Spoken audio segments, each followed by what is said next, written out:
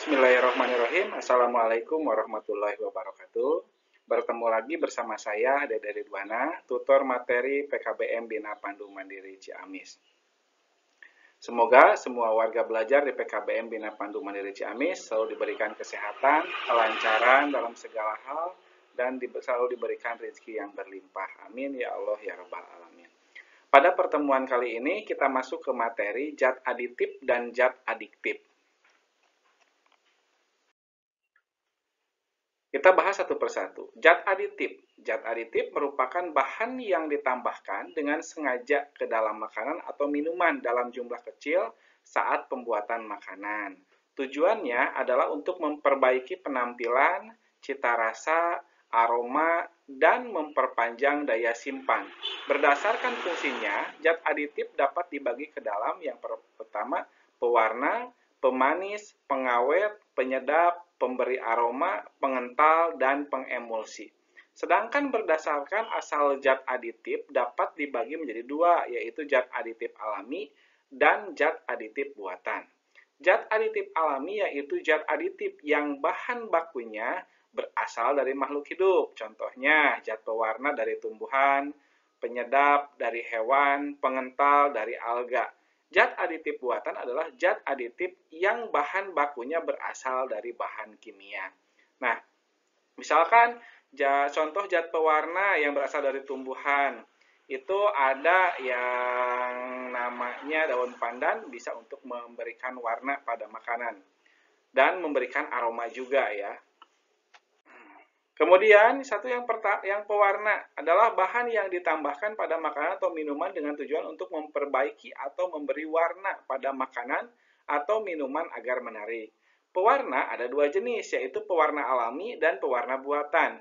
Pewarna alami adalah pewarna yang diperoleh dari alam, misalnya tumbuhan dan hewan. Contoh pewarna makanan.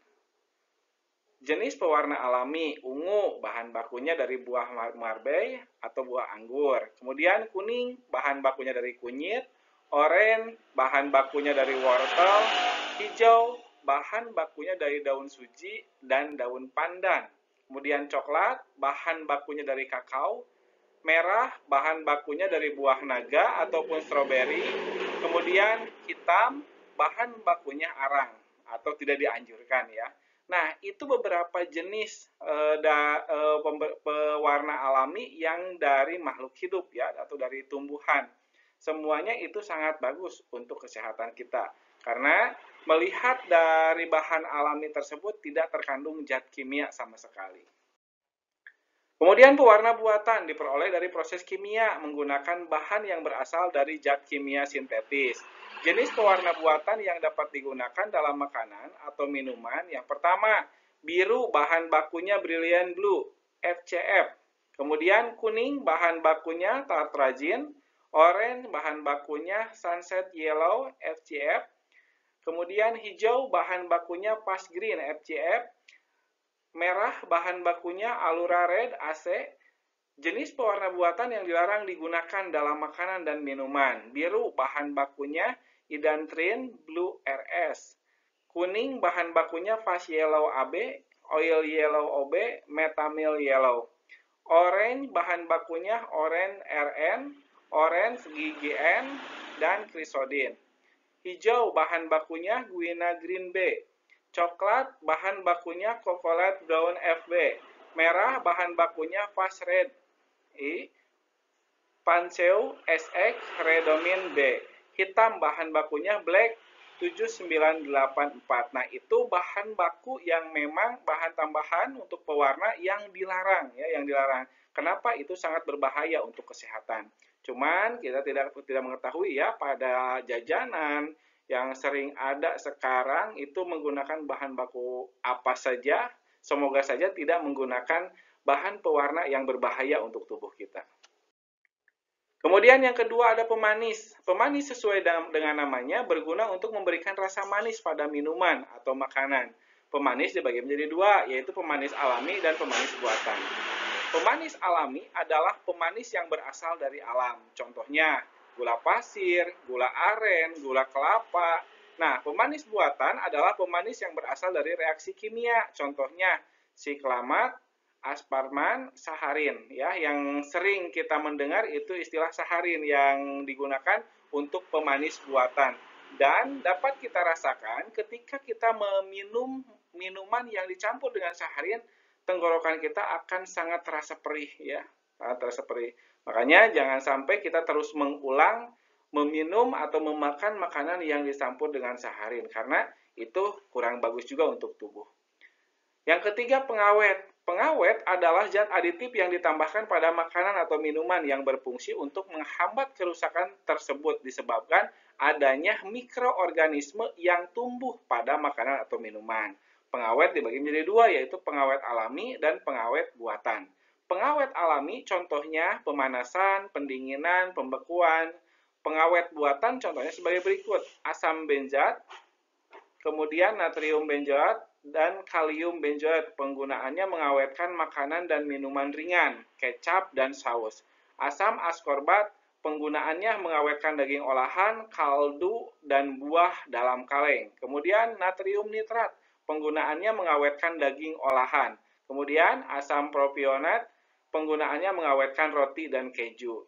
Dan terakhir, butyl hidroksianisal, penggunaannya menghambat oksidasi pada lemak.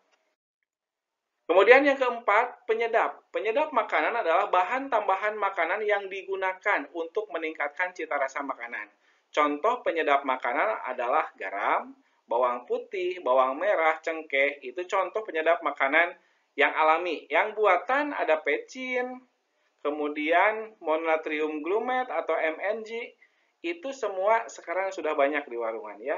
Tapi terkadang kita juga kalau misalkan memasak, bawang merah ada, bawang putih ada, tomat, kemudian bumbu-bumbu yang lain juga ada, tetap kita tambahkan garam, kita tambahkan micin, kita tambahkan penyedap rasa ya. Karena kalau misalkan hanya itu terasa kurang ya di lidah kita.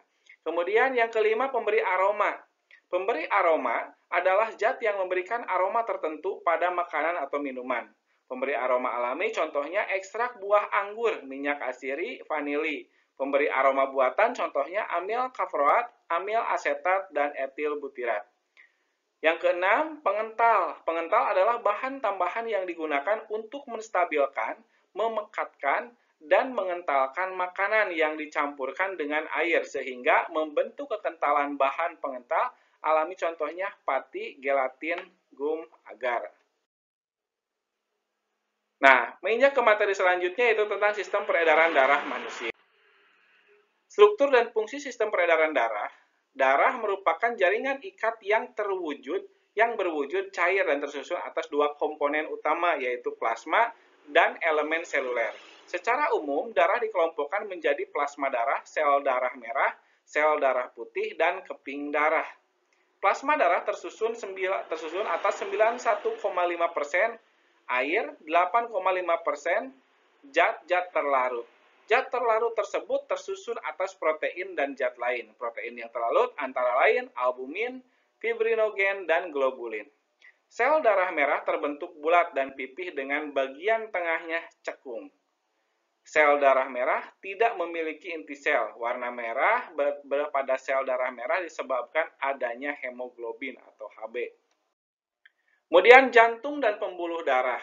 Jantung berfungsi sebagai pemompa darah pada tubuh manusia. Jantung memiliki 4 ruang, yaitu serambi, kiri dan kanan, bilik, kiri dan kanan. Serambi jantung terletak pada bagian atas bilik jantung, terletak pada bagian bawah. Pembuluh darah dapat dibagi menjadi 3, yaitu pembuluh nadi, pembuluh balik, dan pembuluh kapiler. Itu mungkin Bapak Ibu materi yang bisa disampaikan pada kesempatan kali ini. Semoga bisa bermanfaat untuk kita semua. Jangan lupa mengerjakan penilaiannya supaya mendapatkan hasil yang maksimal. Itu saja akhir kata. Wassalamualaikum warahmatullahi wabarakatuh.